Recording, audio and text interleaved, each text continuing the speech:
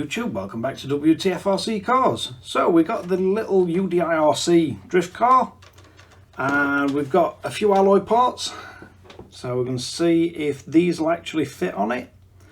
So we've got the front aluminium body posts and the rear aluminium body posts, and it looks like these rear ones are slightly wider than the stock ones that are on it, so I'm not sure which way around these are going to fit or if they'll fit at all, but we'll have a look. And we've also got the little anodized aluminium steerer bars for it, so again, see how much luck we have at fitting these. I'll put some pictures up so you can see what they're like. So let's get the body clips off it first and see if it's going to be possible to fit any of these at all. So looking at the suspension and the way the steering's set up, looks like the geometry looks about right for it, for that part, and looks like it's pretty much right for that. And then we've got the little arm on this side, and that also looks like it's pretty bang on for it. So let's have a look what we need to take off.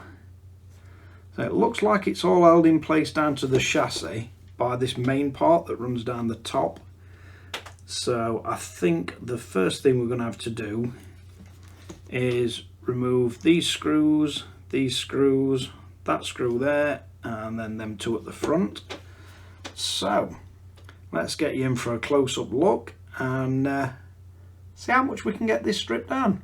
Right, so first thing, I need to get that little tie wrap off, and then we've got these two screws at the front, so we can quickly get rid of them.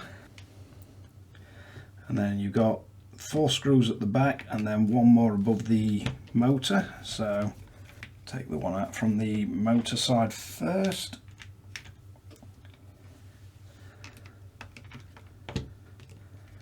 And you're going to have to go pretty careful with these because these are all quite fine thread and pretty tiny little screws into plastic. So far looking at it, there is the 2 from the back are a lot longer. So it should be pretty easy not to get these all mixed up.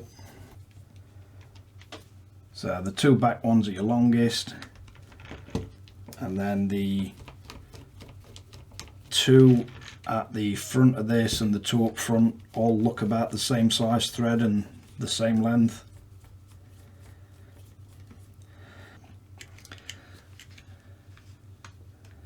Yeah, so it looks like we've got enough gap, and we've got quite a solid axle through the middle. It's a great chunk of metal, and we do actually have proper bearings front and rear. Once we've got that out, I think as next port of call will be removing the tiny little hexes. So let's see what size we need for these. So you've got your 2 little mounts for the front arms, and then your 1 that goes to your servo. So I'm going to start with the one that goes to the servo. Let's see what size that is. So it looks like a 1.5mm driver is all you're going to need for that.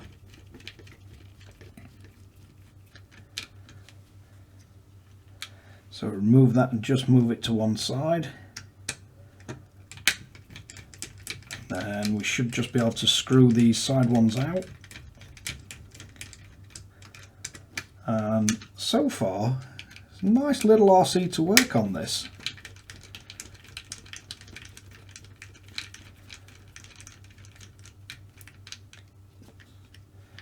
So once we've got that out, we've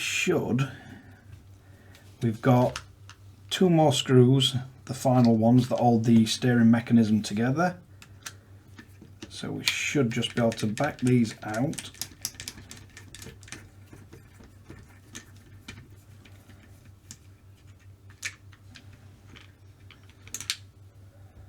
So that's one out, and the You can see the design of them, how they go through the steering mechanism.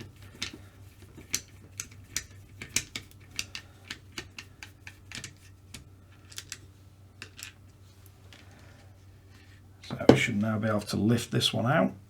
So that's how the stock one fits, and we want this one to fit the same way.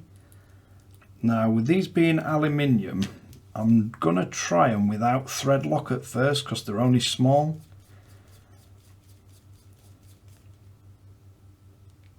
And I think they'll manage to hold up. So we should be able to just get away with putting one side in. See if we can, in fact, if we lift this out.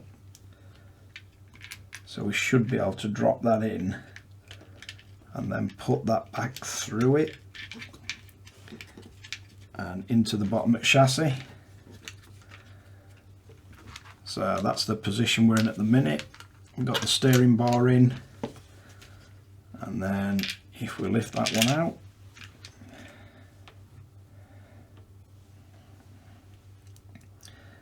so looks like it's that way round that we're going to be wanting to fit this one.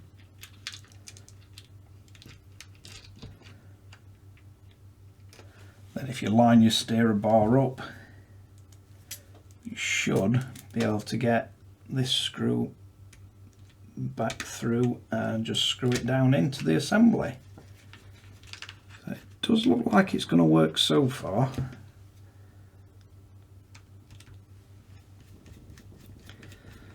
And we get his little tie bar screwed back on. And then we're going to want the one for the steering to connect to servo.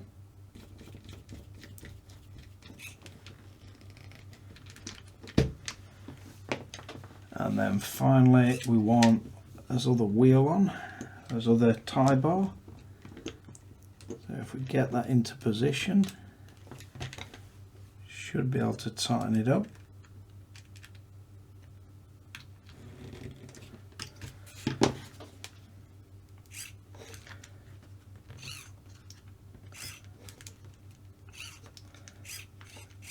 So it looks like we've got plenty of travel, we're not fouling on anything. And then if we just work this back through, make sure them pins are sat all the way down. Should be able to sit that back into position. So we need us 2 screws in the front. Then we'll put the tiny screw in the back that goes through to the motor mount, and then we've got the 2 long ones.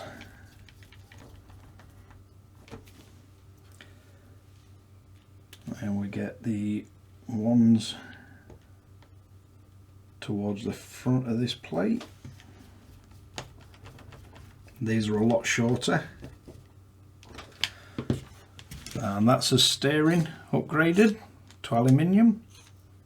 Not sure how much plate it's going to take out of it, but we shall see. At least we know it's not binding at all now. So moving on, let's have a look at the 2 mounts we've got. That looks like it's going to be a perfect replacement for the front one, so we'll get on with that first. So first we need to remove the 2 front shocks.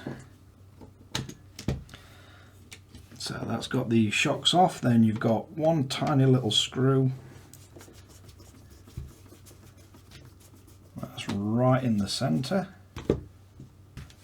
These would be so easy to strip threads or break the heads off them. And then it looks like these bottom ones are positioned through the lower ones of the 2 sets of holes.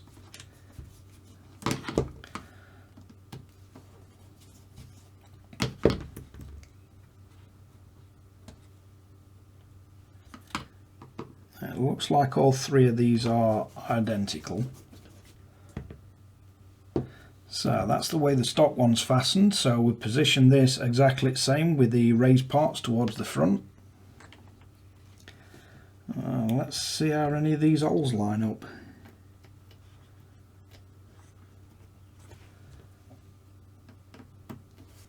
So I'm not going to screw that one all the way in just yet. Now it does look like these screws at the bottom, you have got upper and lower holes in both the shock tower body mount and the top of the bulkhead. So it looks like you could use either, but they were fastened into the lower of the two. So I'm going to put them back where we found them.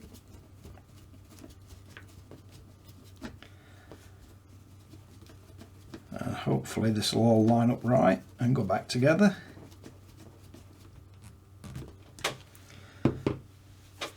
So now we just need to mount the shocks.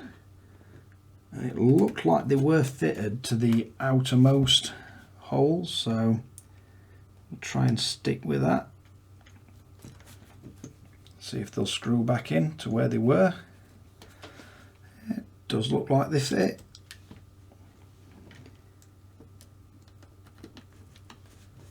Didn't think there were going to be much room under the tops of the body post mounts, but it looks like they're actually machined to fit perfect. So we have this front body mount. Let's see if it lines up. Yeah, pretty much lines up perfect. Might need to make the holes a little bigger because they look like these are a little bit bigger, but that'll definitely fit. So the rear one, that definitely looks different. This part certainly won't fit on this car. Not sure if it's different front and rear. Doesn't look like it.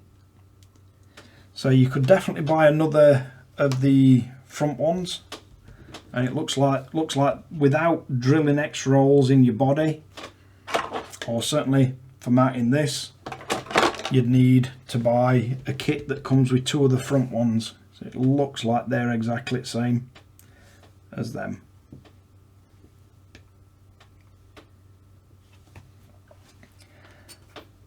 So not bad. We have a little aluminium front tower and we have the steering.